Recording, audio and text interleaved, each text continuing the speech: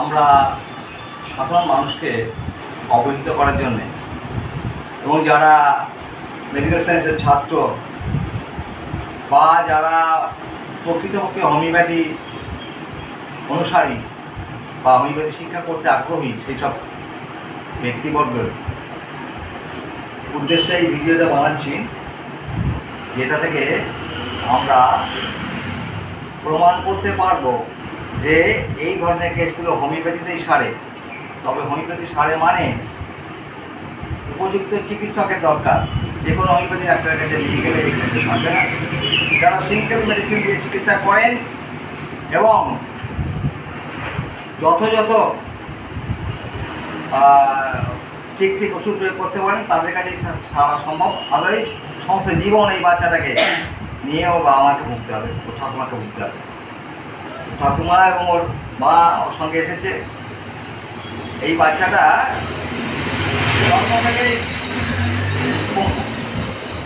এরা হাসপাতালে জন্মের পর থেকেই কতদিন ভর্তি রেখেছিল? 1 মাস 4 দিন ভর্তি ছিল প্রথমে। পরবর্তীকালে আবারও সেই অবস্থা এবং অনেক ডাক্তার বলি আমার কাছে, আমি কাগজগুলো সত্য ফুটিয়ে দেখাতে পারবো না, এত কাগজপত্র নিয়ে এসছে যেগুলো পড়তে গেলে আমার কয়েকদিন সময় লেগে যাবে, কয়েকটা দিন সময় লেগে যাবে ভালো করে দেখতে গেলে ফুটি আর.জি. কর মেডিকেল কলেজে ওখানে জন্মেছে, আর.জি. কলেজ জন্মেছে।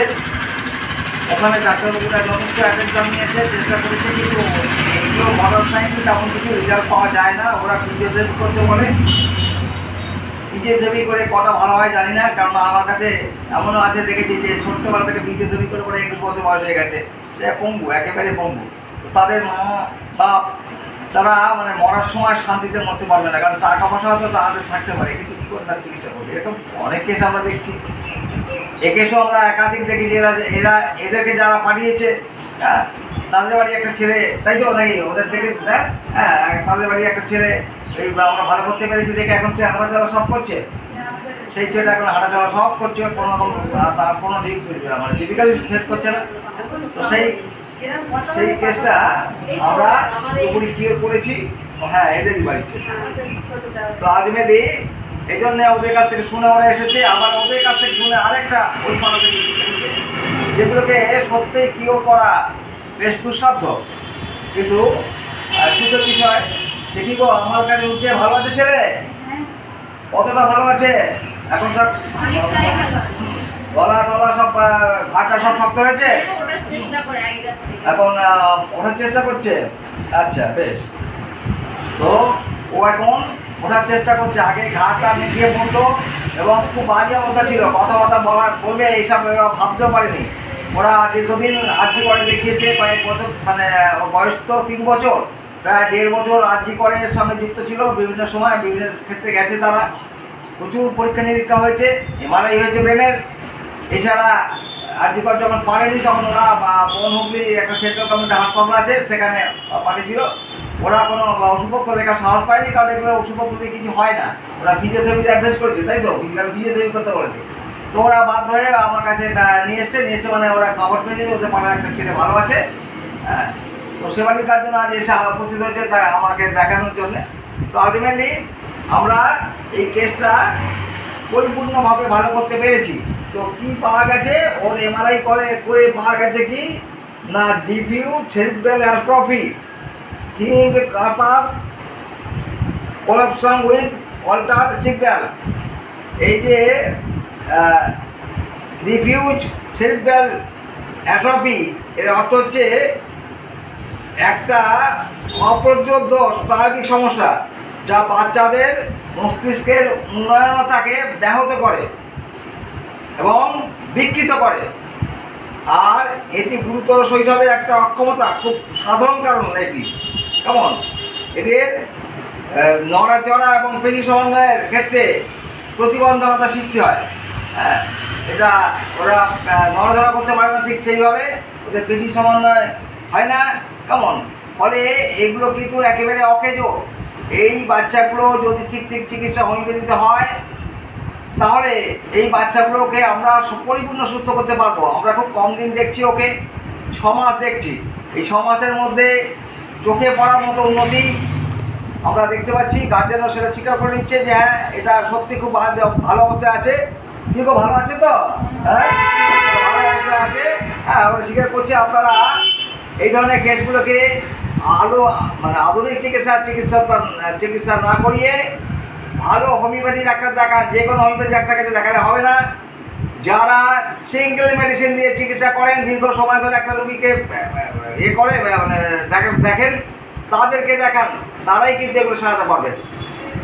এই ধরনের কেস যদি থাকে, আপনারা যদি মনে করেন যে আমাকে দেখাবেন, আমি এটা ভিডিওতে আমার ফোন নম্বর এবং সব কিছু দেওয়া থাকছে, আপনারা যোগাযোগ করবেন এবং আশা করছি এগুলো ঠিক করতে পারবো। আমরা কী সিমটম পেয়ে কী ওষুধ দিয়েছি সেগুলো একটু বলবো। তার আগে আমি কাগজগুলো সব দেখানো সম্ভব নয়, জাস্ট আমি এমআরআই রিপোর্টটাই দেখানোর চেষ্টা করছি। এই এমআরআইটা হয়েছিল, এই এমআরআইটা হয়েছে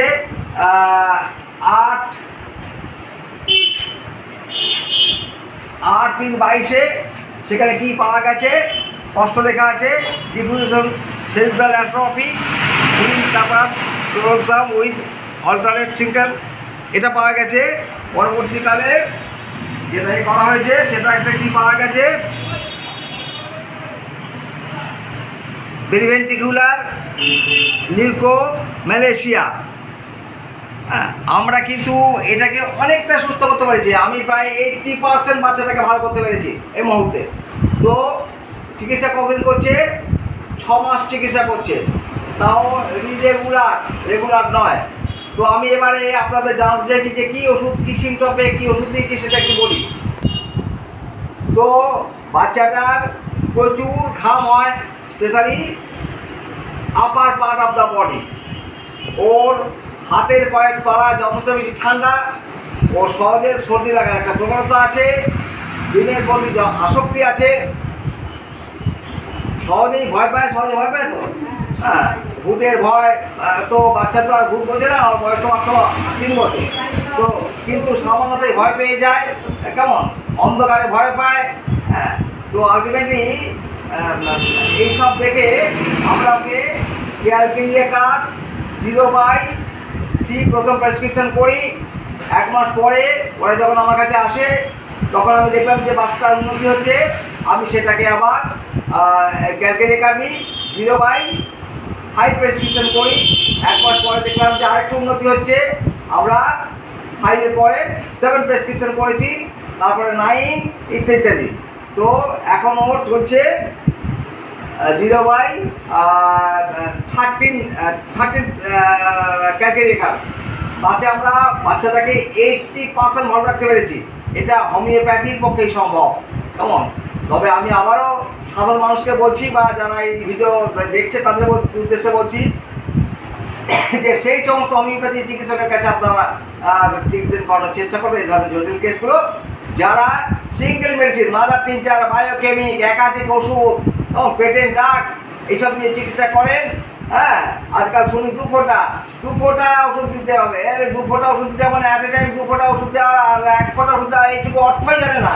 তারা বিরাট বড় ডিগ্রি হোল্ড করে বসে আছে, সরকারি বড় পদে চিকিৎসক হিসাবে নিয়োজিত আছে। তো কী হবে? হোমিওপ্যাথির বদনাম এই জন্যেই তারা সিঙ্গেল মেডিসিন দিতে শিখছে না, কেমন সিঙ্গেল মেডিসিন দিতে শিখছে না। এবং তারা কিন্তু প্রকৃতপক্ষে রোগ সারানোর কোনো চেষ্টাই করে না। তারা ওই জ্বর হলে বেরোনা আর পায়ের ব্যথা হলে রাস্তা দেওয়া শিখেছে বা একাধিক ওষুধ দেওয়া শিখেছে। তাদের দ্বারা এইসব রোগ সারানো সম্ভব নয়। তাদের দ্বারাই সম্ভব যারা সিঙ্গেল মেডিসিন প্রেসক্রিপশন করেন এবং একটা রুগীকে অনেকটা সময় দিয়ে দেখেন।